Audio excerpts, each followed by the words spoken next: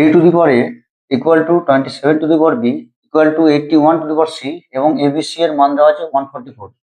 তাহলে 12 গণিত 1/a plus 1/2b plus 1/5c এর মান কত হবে? দেখো এসএসসি 2020 সালে এই অঙ্কটা চলে এসেছে। সমাধানটা দেখো।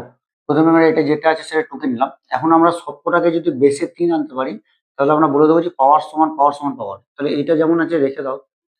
3 এর পাওয়ারে ইকুয়াল টু এটা 27 কে আমরা লিখতে পারি 3 এর পাওয়ারে 3, কারণ 3 3 9 3 9 27 গোটাটার হোল পাওয়ারে b।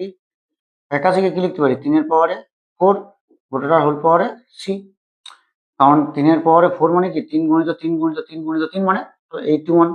তাহলে এখন এই 3 এর পাওয়ারে a যেমন আছে থাকলো, এদিকে 3 এর পাওয়ারে এই 3 ইন্টু b কত হবে 3b ইকুয়াল টু এইখানেও 3 এর পাওয়ারে 4 ইন্টু c কত হবে 4c।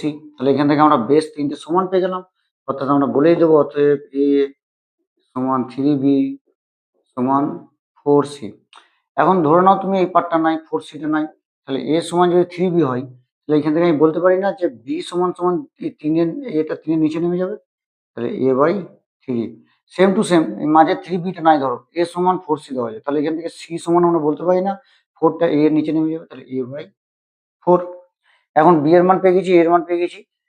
এখন এই এ বি সি এর যে ইকুয়েশন দেওয়া আছে এইটা থেকে আমি একটা মান বার করবো। দেখো a এর মান বেরোবে। এটা কি দেওয়া আছে এ বি সি সমান 144, তাহলে a এর জায়গায় তুমি a যেমন আছে রেখে দাও ইন্টু বি এর জায়গায় কি বসাবো, এখানে বি এর জায়গায় a/3 বসাবো, তাহলে a/3 ইন্টু সি এর জায়গায় কি বসাবো, সি এর জায়গায় a/4, এই যে সি সমান a/4, তাহলে a/4 এটা ইকুয়াল টু কত 144। এখন a ইন্টু a তাহলে কি হবে a কিউব সমান সমান 144 তো আছে, আর 3 4 12টা গুণ হয়ে দিকে চলে যাবে, তাহলে 3 4 12। এখন আমরা জানি কি 144 মানে 12 গুণিত 12, আর একটা 12 গুণিত 12 একটা আছে, তাহলে 3টে 12 আর এখানে কিউব, তার মানে a সমান আমরা এখান থেকে বলতেই পারি যে 12। তাহলে a এর মান পেয়ে গেলাম।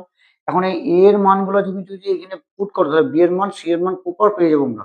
তাহলে a এর জায়গায় লেখো 12 আর নিচে কি আছে 3, তাহলে 3 4 12, তাহলে a সমান 4 b সমান 4।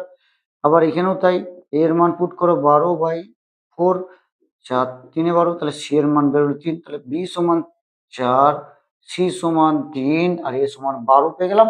এবার জাস্ট যে ইকুয়েশনটা আমার চেয়েছে সেখানে মান পুট করে দাও, অঙ্ক হয়ে যাবে। কি আছে অঙ্কটা না 12 ইন্টু 1/a, এ মানে কি লিখবো এ মানে 12 প্লাস 1/b আছে, দেখো 1/2b, 2 তো যেমন আছে আছে 2, আর বি এর জায়গায় কি লিখবো 4, তাহলে 2 গুণে 4 মানে কত 4 দুগুণে 8, তাহলে ডাইরেক্ট লিখো 8 প্লাস 1 বাই কি আছে 5c 5 মানে 5 আর c মানে 3, 5 3 15। এইখান থেকে আমার কি দাঁড়াচ্ছে 12 গণিত 12 8 আর 15 লসাগু হচ্ছে 20 120।